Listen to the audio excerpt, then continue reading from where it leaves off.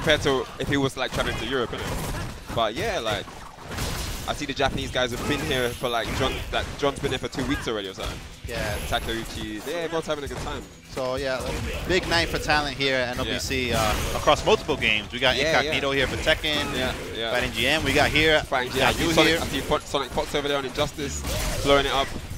So nothing but top talent here, and of course you're included in that set. So did you enter Tekken, Ryan? Thank you, I appreciate that. I didn't actually enter Tekken. No, I completely forgot that it's running as well. I only entered Street Fighter. But yeah, like, you know, I'm really tired, so I think I can only just about muster up enough energy to play Street Fighter. I need my bed before long.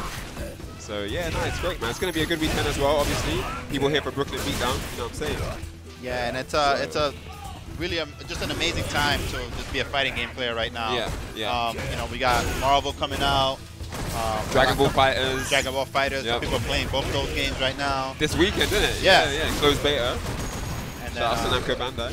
And you know, we still got Tekken going strong, Street Fighter 5 going strong. Yeah. So where do you see yourself playing with, you know, with so many games out right now? And I know you're a master of like, you know, multiple games. So where do you see yourself like really playing these days? I mean, to be really honest, like I don't have that much gaming time these days. So when I do have time to play, I normally play Street Fighter just because that's what I'd initially invested the most time into as of the last few years. And yeah, I think to actually like start up a fresh game. I mean, I'm really interested in Dragon Ball Fighters with that said, but obviously with it not being officially released yet, I'd rather not try and get too involved with just betas here and there and then, you know, playing a bit, then not playing, then trying to pick it back up.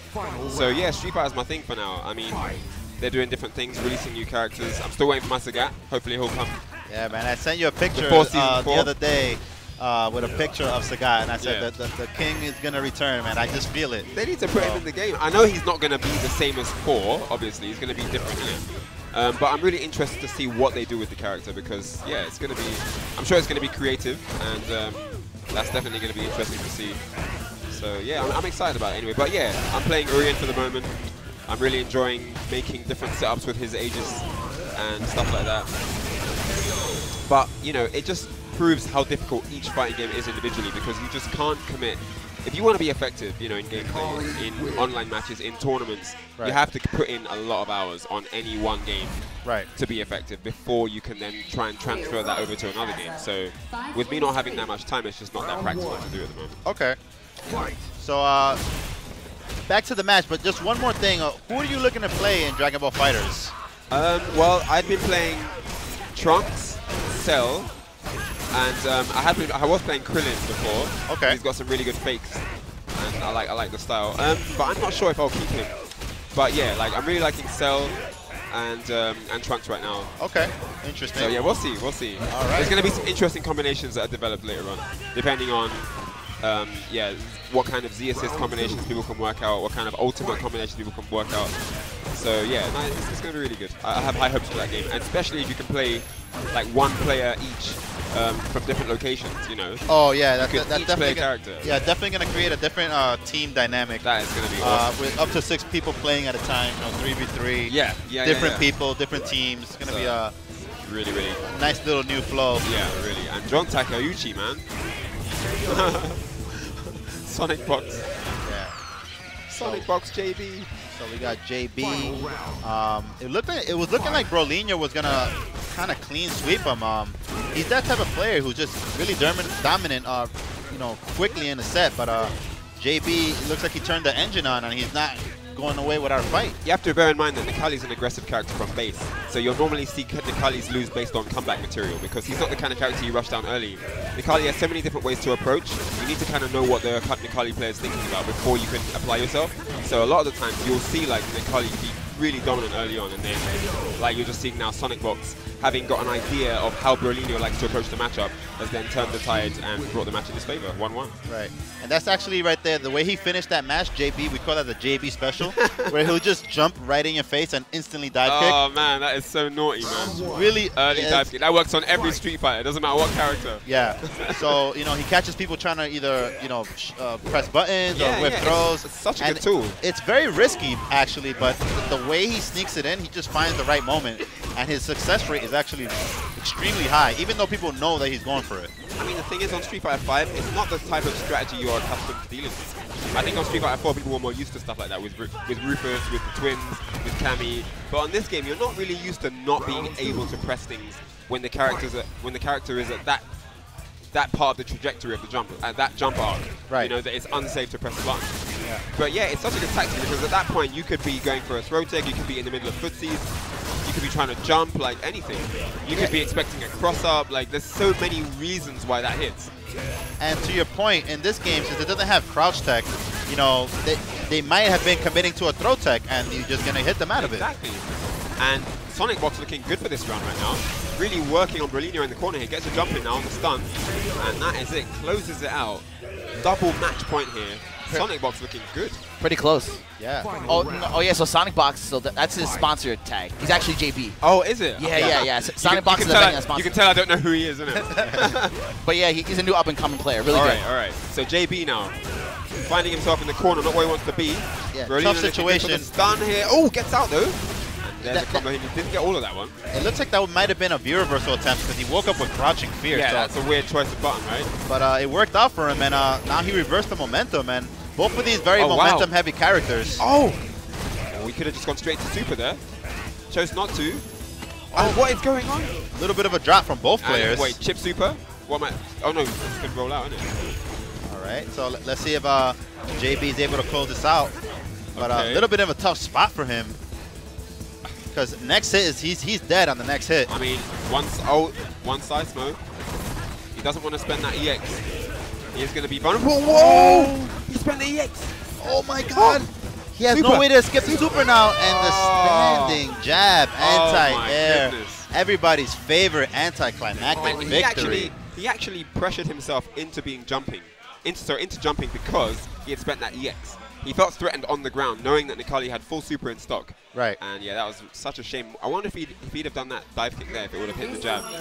That could have been interesting. Yeah, but it probably he probably just had like tunnel vision, like you said. He was just so focused on avoiding the super that he said, you know what, I gotta escape the situation. I have to jump. And Bolinho was ready for it. He went for the standing jab, and that was kind of a boring finish, but you know, he did what he had to do. Sometimes you gotta finish it, even if it's not stylish. Jab anti-airs live on by Street Fighter 5. I thought they were going to be gone in Season 2. Yeah, they're still good. They're still alive and well.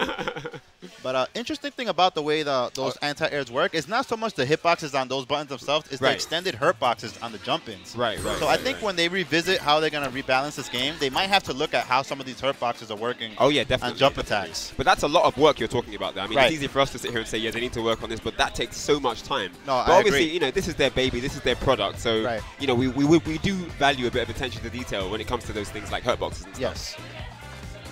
So right now, a marquee matchup. We have a fan favorite matchup here. A little bit of a rivalry between these two. You guys have a lot of showmanship. Expect to see a lot of trolling, possibly even teabagging. Some teabags, maybe? Yeah. I mean, I'm in the house, you know, so they could get out some British teabags for me. Yeah. I'd be happy to see those. Some PG tips in it, some Tetley. So yeah, man. Who normally takes it when these two go head to head? Usually, I think in their sets, I think it's like out of the last 10 encounters, I think KnuckleDu has won 6. Wow. And Smug 4, so they're still pretty close. Okay. And but he is waiting for that handshake. His hand has been extended for ages. Look, still waiting. Wow. Dude's checking his phone. That blank is real right now. Completely not acknowledging. Oh my days. Smug has actually gone round to his side now. What is going on? He's like, if you don't shake my hand, you're about to get boxed in your mouth. Shake the hand, bro. What are you doing? KnuckleDu taking a moment to admire the beautiful Gods of Gotham artwork that they have right behind them. Didn't even see Smug standing right in front of him. You know it has to be deep when the guy goes round to the other guy's side. That happens in Japan, you know that? Yeah. Oh yeah, they go to the other guy's side. Yeah, if he goes over there, he's got something serious to say. So, all right. Let's see if KnuckleDu is going to go with Mika or if he's going to stick to the Guile. I think he's going to go Mika. Yeah, usually he picks Mika. Oh, that was what I was going to ask you. Yeah, does he normally go Mika against him? He does normally go Mika. Yeah, you know, Balrog doesn't. Guile has a tough time against Boxer. Yeah, that's... Like, Boxer can get him whenever he wants. Guile wants to keep you out. Yeah, like, but you can't keep Boxer out because Boxer can just decide when he needs to get in and he'll be in. Yeah. So, yeah, that's hard to deal with for Guile. Even though Boxer has explosive damage, he doesn't really have wake up, so Mika definitely plays to Boxer's weaknesses. I mean, I wouldn't play down not having wake up, though, because a lot of characters, like, having wake up is not a thing that you use No, to it's usually not a problem. decide how good or bad characters are on this game. Right. Just because of how weak the defensive mechanism works on Street Fighter 5 as a whole. Like the body of the system doesn't really, you know, it doesn't really display like characters that are really solid on defense. Right. So it's all about, and anything that is really strong on Wake Up is usually like has big recovery. Like this Invincible or something has bad recovery. Only reason I bring it up as a factor is because Boxer, he is a large character, so he does to take everything. He does. Everything works on him. Everything works. I get my 2 crouch fierces with Urian on him as well. And a nice read on from Smug, jumping away from the command grab. And you can see that they are very accustomed to how each other plays, picking up really early some of KnuckleDu's command grab patterns. That's a nice jump in there and backs off with a healthy life lead. Do in now. V triggers up. Here comes Nadeshko. Oh, gets the command throw. Pressuring Smug to the corner now. And didn't use the turnaround punch there. Smug usually uses the turnaround punch to deal with the reaction. charge drop. To deal with the charge drop kicks because it low profiles his hurt box. But possibly wasn't charged at that instance there. But he's looking good for this round regardless. And that is going to be it. Forward throw closes the round. What did KnuckleDu do wrong that round? I think he just, you know, Armika also doesn't have the strongest wake-up options, and both of these characters, once they knock you down, they could really keep the pressure going. And KnuckleDu just made a couple of wrong reads, got himself cornered, and that was the end of that. Sounds like Street Fighter 5, no matter which way you slice it. That was a nice jab to stop the missile dropkick from Smug there. Sometimes if you're not prepared to do your big move, just even a jab is worth stopping it with. And Smug working on some corner push right now. Yes. Opts to use the standing strong anti. He didn't represent that in the first round because he was afraid of the jump fierce mixed up with the body splash. But this time it worked out for him. But he's sitting in the corner right now in a tough spot. Not where you want to be versus Armika. Definitely not. But he's biding his time really carefully, not wanting to miss a single input. Everything is pinpoint precision right now from Smug. And activates V-trigger. Everybody's favorite starter for that V-trigger goes with the crouching medium kick target combo. Toe tap. And nice conversion there. Looking at the shades of Luffy there. Shows not to spend the super. Oh! And lucky that he flipped out on that crouching jab reset there. Oh, there's a back throw. Oh, there's woke up with jump. What a wild decision. He wanted out the corner. He didn't want to take the options. A wake up, and he's giving it away. And nice wait from Smug there. So that's one of the things that's a little bit challenging about fighting against Armika, that you always can't be ready to anti-air her because you don't know if she's going to go for the body splash or for the jump fierce. Yeah. And really nice read there from Smug. Really good patience at the end there. Just letting KnuckleDu do whatever he wants and just being prepared with answers at each instance, and it definitely paid off there. It's 1-0 to Smug so far. Do on the back foot here. Yeah, it looks like Smug is going for that strategy where he kind of wants to let KnuckleDu hang himself. Yeah. He's really not going to force the issue too much. Right. He wants to just, you know, force some mistakes and then capitalize on those mistakes. But he's really not going to exert, you know, some crazy offense. And the strong thing about using a style like that is on the visual end of the screen, it looks like the other person isn't that confident, but it's actually a big sign of confidence if you're able to sit there and let your opponent do anything they want and have a counter prepared. So he gets a full screen carry on that V-trigger, one of the strongest V-triggers in the game for that reason, that he can choose to push it to the corner with a reset situation or just go for raw damage. Yeah, it's so good. He can just actually choose to have you wherever he wants, wherever he needs you for that instance, which is usually in the corner. Yeah. So either way, he was going to end up in the corner, but that time he went for the reset option, and it paid off because right now he's sitting on match point. And it looks like KnuckleDu's just a bit lost so far. He doesn't really know how to kind of assert himself into this matchup. It's all been 120% momentum Smug so far. So nice rush low there from Smug, but gets back thrown for his missed media attempt. Yes. And KnuckleDu chooses to challenge. He got hit with the number 4. Ooh. Bringing out the serious duffs that he's known for. Number 4 knuckle sandwich, boy. Good block on that on the Nadeshko setup there. Nadeshko unable to help. And it's not looking good for KnuckleDu. Oh, is that going to hit? Should be the kill. If he does the splash, it's going to whip. I knew that. I was thinking if he does the splash right now, it's going to whip. And KnuckleDu with a second wind here, trying to bring this one back. And clutch decision there. And he takes it. What a clutch comeback there from KnuckleDu. KnuckleDu knew this is now. It's now or never. I've got to win. This is the mistake. I've made him spend all his bar. I've got to capitalize on it. And he did. This really might come back to haunt them now because now he's sitting on doesn't have the super. Yeah. Has 1 meter, but you know, it's probably in his head now that he could have finished this set, and now he has to fight Armika another round. Yeah. And there's a forward throw. Catches him crouching. Nice confirm in the corner. You know, when you're fighting a character like Armika, all these wrong decisions, they start to add up in your head. You're like, oh man, I could have won. Now I'm in the corner, and now he's stunned. And he's brought it all the way back here, Javits. What is going on? One apiece here. It was all Smug. It was literally 2-0 Smug, and no rounds, basically. And he's managed to let him bring it all the way back here. It's one apiece. Now I don't know what's going to happen. And the thing is now that even though they're 1-1, the momentum swing is definitely in KnuckleDu's favor. Definitely, yes. So Smug, you know, he is an experienced player, but he might be a little bit on tilt because that stays in the back of your head. Oh, yeah, definitely, for sure. It was like, oh, it's my game. Like, I shouldn't even be here right now. So, and now he's getting hit with the splashes. He's getting hit with all the crazy stuff. So, I mean, let's see if he's able to recover.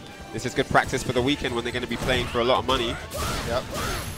Nice confirm there from the standing strong counter hit. Nice punish on the body splash there. That is a punishable move. Still very strong, even though it's punishable because you know, any move that affects your trajectory with a command grab character is very tricky. Oh yeah, totally. Having the option to change your jump arc at will is really, really good, especially on this game. Oh, and there's a giant swing, and KnuckleDu, just as we predicted, the momentum taking advantage of that shift and moving into match point here versus Smug. Yeah, and even though Armika has gone down a little bit compared to Season 1, she does have still some strong stuff. Like right there, she did 2 ticks and was still in command throw range. Yeah. You know, having options like that, it just throws you off a little bit because you start to feel like, you know, what was I supposed to do? I really just have to guess every time. I mean, and we'll get to that in a sec, but it's looking really bad for Smug here, and that's going to be stun. And I don't think the next combo is going to kill. I don't think it's going to kill. Boxer has a lot of health. But he's going to need a bit more than health at this stage as it's looking all KnuckleDu right now. And he jumps out the command throw. It's not over yet. Smug now, full super. Oh, and he activates. And Smug is already out the seat. Oh, and there's the reverse handshake. This time, a clean one. Smug with a nod of slight approval. A little bit disgust, but you know, he knows what happened after that drop. So, tough draw for him. Crazy. Oh, my goodness.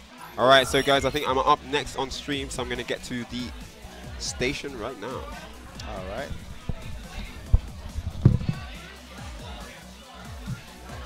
Hey, listen.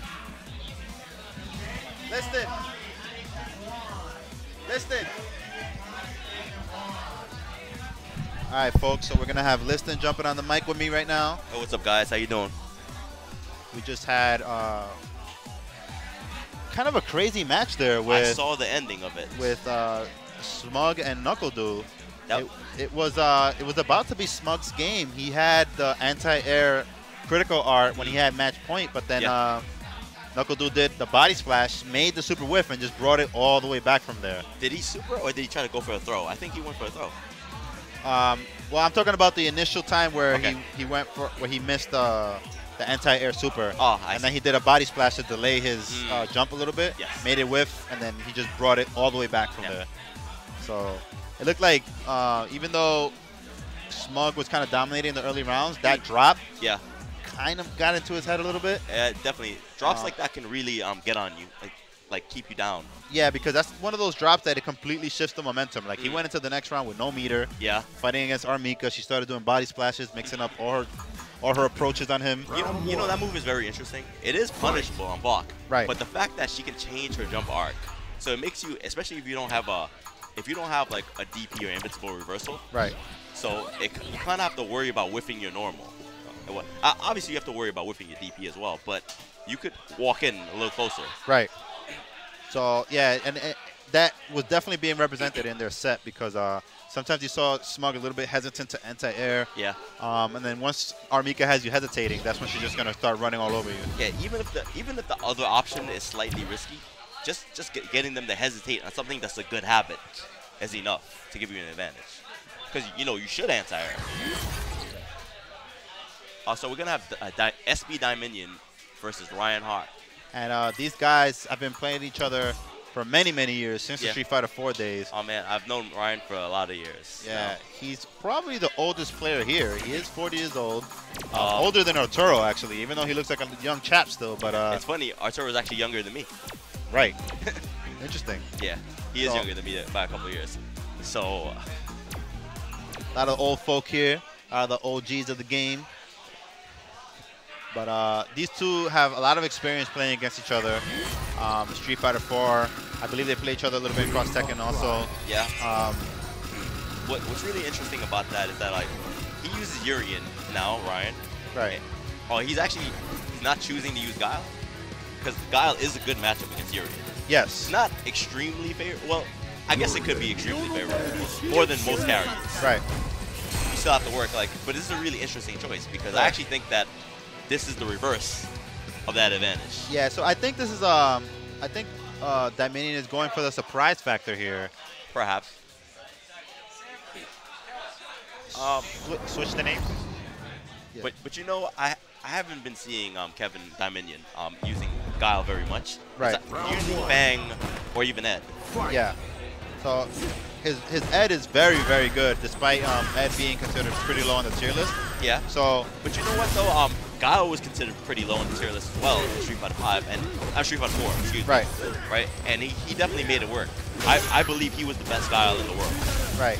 Yeah. So to your point, Dieminion is definitely one of those players that he doesn't really like care about the tiers. He just he's really able to find who he's comfortable with and who he can zone with. And but right now he is fighting a very strong, experienced Urien, and Definitely. some of Ed's weaknesses kind of showing right now. He doesn't really have the greatest footsie buttons. You know, if two players of equal skill play each other, then at that point in time, it's going to come down to the character strength. Yes. So one of the weaknesses that Ed has is that he can't really convert into good damage from footsie ranges. Like, he doesn't have like the greatest range on his pokes, and if he hits you with a max range poke, there's a good chance that his Psycho Upper might sting, might whiff. All sting if he whips it. Yeah, he'll be the one stinging. So, but nevertheless, though, Kevin does convert some damage off that, and he's keeping it pretty. Mistake right there. He's keeping it pretty close. And finds the jump in there. 2 jump-ins. Oh, good jump in. Makes him whip the throw there. Yeah, and good for him that Reinhardt didn't wake up with super, because Reinhardt is definitely one of those players that he's not afraid to let it rip. We've known from the Street Fighter 4 days, he will let that uppercut rip. Most definitely. And that gets in your opponent's heads. When they know that you're willing to do that on wake up, they kind of hesitate a little bit on their offense. Right. On Oki. And then, you know, you can wake up with buttons, you can jump away. You might even be able to backdash or even wake up throw. Yeah. So Dieminion got lucky there that his up kick whiffed, but he didn't get punished too hard for it. Maybe Reinhardt not ready for the situation. He should have reversed that. I believe the way he did it there was pretty punishable. Yeah. That knee drop. But you know what? I understand him trying to keep it neutral. He has the lead now, sitting on a full super as well. And both of them. Nice throw there, because if you saw, he hesitated a little bit, probably waiting for an EX headbutt. And on the throw, but now he's about to get supered. Okay, Reinhardt chooses not to use the super. I think it's not gonna kill, and he didn't want to not have a reversal. And interesting series there. He crossed through his body with a charge fierce, and then he threw him back into the same situation. Is this gonna hit? Yeah, he hit a button, I believe. Yeah, he will. Oh wow! But Dieminion is still alive. Oh, good block. And wrong choice of button there, because it wouldn't have punished anyway. Yeah, I don't think he had an option that was gonna really touch him. Maybe standing medium kick.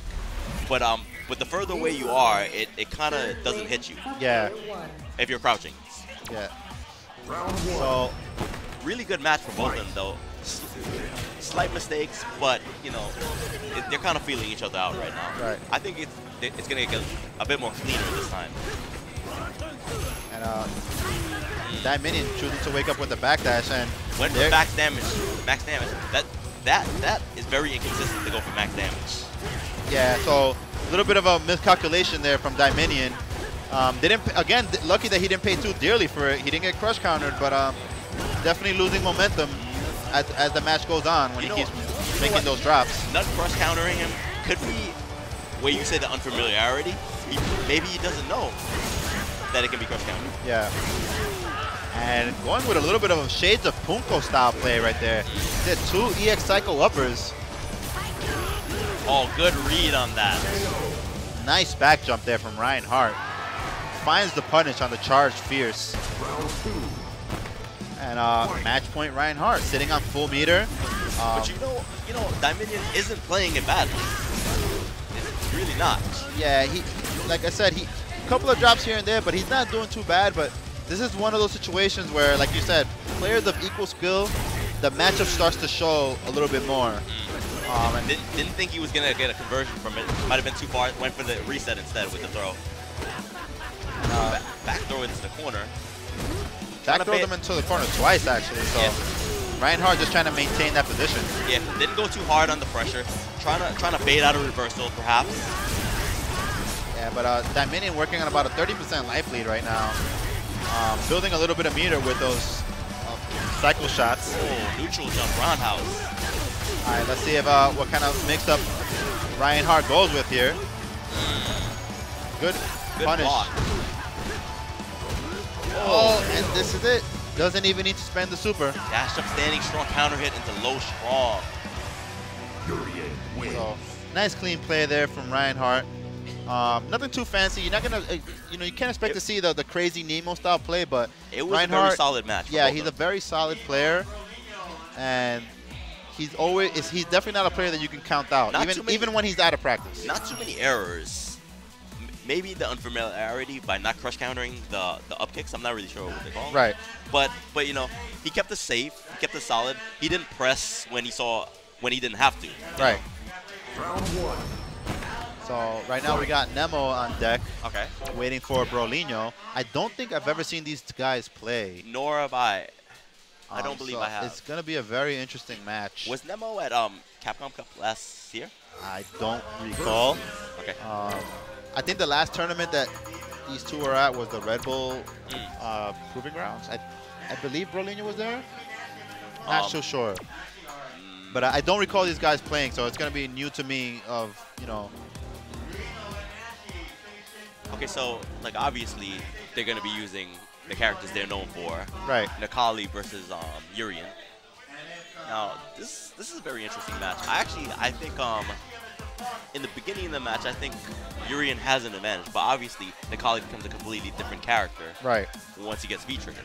Yeah, it's like Tokido said, the matchup doesn't start until V-trigger comes into play, and Necalli is definitely one of those characters that lives up to that statement. Well, actually, maybe I'm incorrect by saying he has the advantage, because Necalli is an odd character, because he is a rushdown character, but his V skill is so versatile. Right. It allows him to zone as well. Yeah.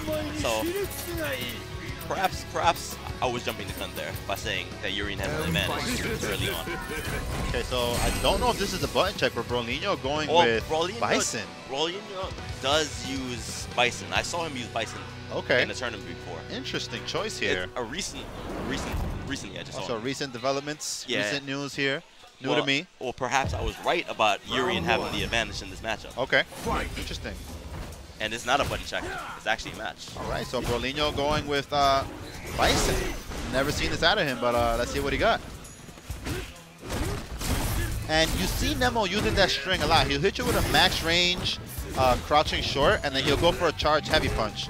And the reason for that is that Urien has a very long crouch light kick, and if he charges the heavy punch, if you try to whiff a button, it might just crush counter you or whiff punish you. Oh, so definitely. If you react to the button, like the actual animation, you could get crush counter. So then he mixes up the timing that you have to deal with. Yeah, because he also mixes up the normal charge heavy punch, and sometimes you gotta be really on your toes to make sure you're punishing the correct one. Well, you're actually doing very well with this. And picks up the first round. Yeah, and very, very, very liberal use of everybody's favorite Bison move. EX Devil Reverse. Don't know what side he's on. He's just flipping over your body, coming down with a crazy advantage. Yeah. So making good use of all the tools. Crush counter. And, working on a big lead right now is Bolinho. Plus frames. Nemo using the EX knee drop for the plus frames. Yeah, trying to push his way out, forces his way out of the corner. Almost has a V-trigger, now. Let's see how he converts into it. And interesting choice for Bolinho going with Bison, because he is a character that a lot of people actually consider him a secret top tier. just because even though he doesn't have the strongest reversal options, he has good damage, and he has like a lot of strong tools that strong characters have, like a crush counter button that's +3 on block, abusable, yeah, great normal, the abusable EX moves. So, nice jump in there. Oh, it messes up the combo. Gets punished. Very good punish. Towards strong into headbutt. And that setup that Nemo did for the knee drop was actually plus on block. Tried to bait on something, but Nemo jumps back away. Gets some space. Pretty even on life. So Nemo doing a good job of establishing respect. He mixes them EX headbutts just enough that he makes the players maybe try to want to bait it, and then it just gives them the breathing room to jump back, just like how he did there. Goes for a cheeky reset. I activate V trigger. And went for a reset. And he let it rip, but Bolinho smacking his hands. It felt like it just slipped away from him. Very, very close match, though. Yo, this tournament's like a major. Like I just lost a punk like 3rd round. Oh wow! Like so, it's crazy here. There's no escape. Nothing. No escape at all. So Arturo had the NLBC. The fortune of playing Bolinho and then Punk. Good stuff. Good stuff. No seeding here. Yeah, like now everybody's top player. Yeah, exactly. That was a really close game in itself. Like Bolinho did not do bad at all. Yeah, I think this is definitely information for Nemo. You know, going into this weekend where these guys are probably going to meet each other in Brooklyn Beatdown. There's a good chance of that. So, you know, Bolinho did very well last year. Brooklyn yes. Beatdown. Correct me if I'm wrong. Did he beat Infiltration? Yes. Who activates on that? Tried to challenge it. I know he tried to challenge it. Yeah. But because of the priority system, the toward Fierce overhead will beat your 3-frame normal. Yep. And that's the second time that he actually got hit by that. So yeah, a little bit of adjustment that he has to make.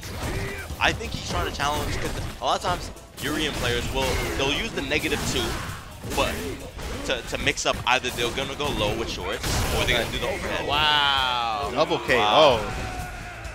And you know what though, like that can't be. That's not really that good for Bolinho. Yeah, because now Nemo is sitting on match point.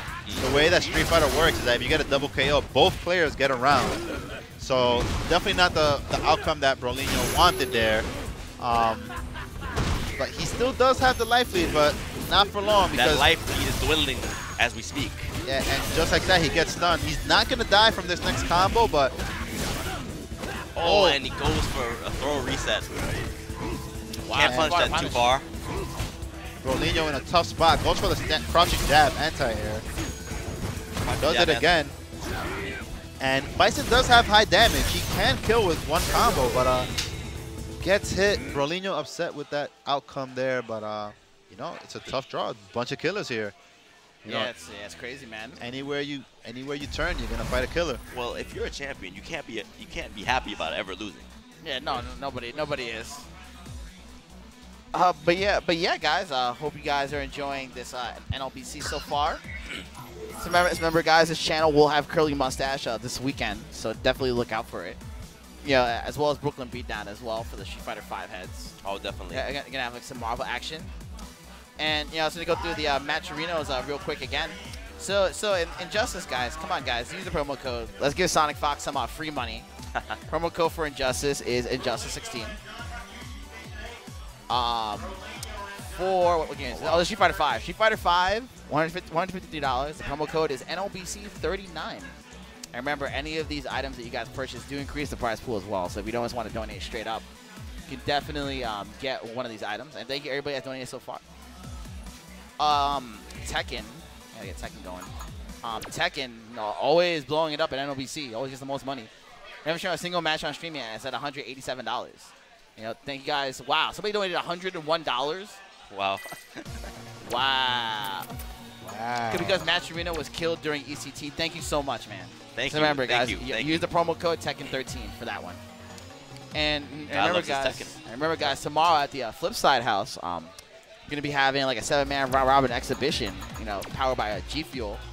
The players, I don't have a complete list of all the players yet, but I can tell you G Fuel for Lauren will be there, of course. Save, the Korean SF5 Dalsim will be there. Antoine, F3 Alucard, I mean.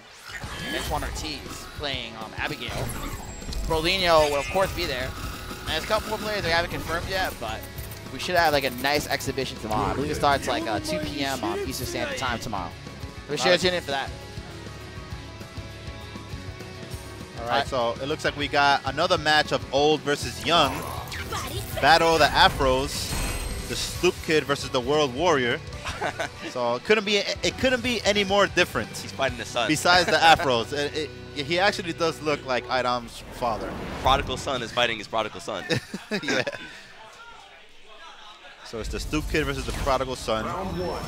One of the best Lauras in the world versus one of the most legendary Let's talk about players. Urien though, with that style. You see that scarf he has over him there? Yeah, man, Ryan Hart is a classy man. You know, he's gonna bring out the most stylish Urien. Rocket. Even if the play might not be that stylish, but if he's gonna use Urien, he's gonna make sure he's decked out with a nice pink scarf. Rocking the pink scarf with the shades. Yeah, he's a classy, you know. What kind of shades do you think he's wearing? Probably some Gucci shades, you know, some stylish shades. Yeah. Can't rock the Gucci shades on that stage though. Yeah, so they definitely switched that, you know, the Dubai stage. They don't want any kind of craziness, motion sickness. Okay, so it's gonna be Urien versus Laura. Opens up with a forward dash, but gets punished with a thunderclap. This matchup is the one that I'm very familiar with, because it's probably the matchup that I play the most. Besides the Kuma. Yeah, besides the Kuma, but this matchup is very momentum heavy. I feel like early on, slight Laura advantage because Urien doesn't have the greatest of anti-airs, and she has a very good standing jump short. I think another reason why Laura has an advantage early on in this matchup is because the lack of a 3-frame normal as well and slow reversal. Yeah, and when Laura's fighting characters that don't have 3-frame options, she can really just kind of like run through them with her frame traps and stuff like that. Definitely. So Urien has to take a lot of pressure before he can really fight back. Exactly. And the thing is though, you kind of have to choose between, are you going to save your V reversal? Are you going to save your V trigger or use your V reversal to alleviate some of that pressure? Yeah. Good anti-air, converts fully, pressuring, but he challenged with the standing jab there, got the counter hit, and converted to the crouching medium punch, and you know, went straight into the V trigger, because that's also one of the things that makes this matchup tough. Laura and V trigger is a completely different character. He's so plus after that, and he was like, you know what? I respect the fact that he challenged. He was up around, but then he chose to challenge to see what he's gonna do. Yep. He hesitated, and you know, took advantage of it. Yeah, and Idom making Laura look as beautiful as ever. I kind of wonder what he's gonna do now. Now that he notices that Idom is willing to challenge with jabs, is he gonna go for more frame traps? Yeah, and Ryan Hart is definitely the type of player that he's experienced enough to make adjustments on the fly. Yeah. He has Idom now in the corner, working on the stun. Next hit is gonna stun if he keeps the stun up. He backed up a little bit. Gets hit with standing medium, kicking the V trigger. Gets a knockdown. And misses the meaty standing fierce there. And there's the pressure that Idom is known for, using the charged claps right in your face. Yep. Looks like Reinhardt is unfamiliar with how to deal with it, even though he does play a lot of Lauras in Europe, which is the first region that was really known to represent this character. You know, Will Tupac. Yeah, Will Tupac, Crimson, Afi, all those guys, but they don't really use Laura with the clap pressure the way Idom does. Good read on that command grab there. Sorry to cut you off. So Reinhardt is definitely making some on-the-fly adjustments, using his experience here to see if he can take down this titan of a Laura player. Almost got punished there. Nice the crush counter there. Probably Idom was trying to press buttons that just happened to get crush countered. Yeah, see, I think that's the adjustment for the button pressing. Kind of delaying his crush counters a little bit, giving him a little bit of space to let him mash on a button, and he's punishing him. Yeah, and right now he's working on a huge lead. Go And I'm pretty sure he woke up with standing jab, trying to like activate B trigger. Yeah. And went for the meaty there. So as we mentioned, you know, Ryan Hart, you know, he's very good at making adjustments on the fly. Well, that's the experience. Yeah, he found the rhythm that a button presses that Idom was doing. And if you saw, he would just walk up, wait, and then just do a charge fierce. It happened to work out twice in a row, got huge damage from it, found the combo into the super, and just like that, the round ended right away. Another reason why I would say Laura kind of has a little advantage in this matchup is because Urian doesn't really have moves to stop her from doing Thunderclap at certain ranges. But forget what I just said. He just jumped in at him and punished him. And I think out of the last 5 crush counter attempts, Reinhardt hit at least 4. So yeah, he definitely has a big read on the way Idom likes to press buttons. But let's see if he has a read on how his offense is. This could get nasty right here. Oh no. And he goes for a reset. This goes for kill. The max damage command throw. He should be able to kill from this. Yeah. I don't think he needed to waste the super there, but he probably just wanted to make sure. You know, he doesn't want to let Reinhardt live. Yeah, you know what? I don't blame him for that. And that was the first round. Right. A very long first round, but it was the first round, so I don't fault him for that decision at all. That very nice comeback there from Idom, keeping his head in the game. And just when we were talking about losses like that can really affect the player. Let's see how it affects Ryan. He does have a lot of experience, but that was a pretty dramatic loss. And he is sitting on full bar right now, so surprised he didn't go for the combo into the super there. You know what? It's still pretty early in the round. I think maybe he's saving it for a kill. Okay.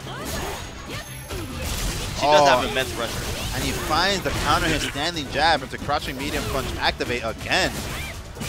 Oh, a tough situation for Ryan Hart to be in. He was definitely afraid of the command grab there. Yeah, and the thing that was crazy about that situation is that once you get hit by Laura's light punch elbow, Urian cannot do EX headbutt if she does a light attack. She can just block. Yeah. So that's one of the things that makes this matchup so hard. +2, right? Yes. So the light punch elbow leaves Laura at +2, and that's just enough advantage that if she attempts a light attack after, she can block the EX headbutt. Definitely. So it puts Urian in a situation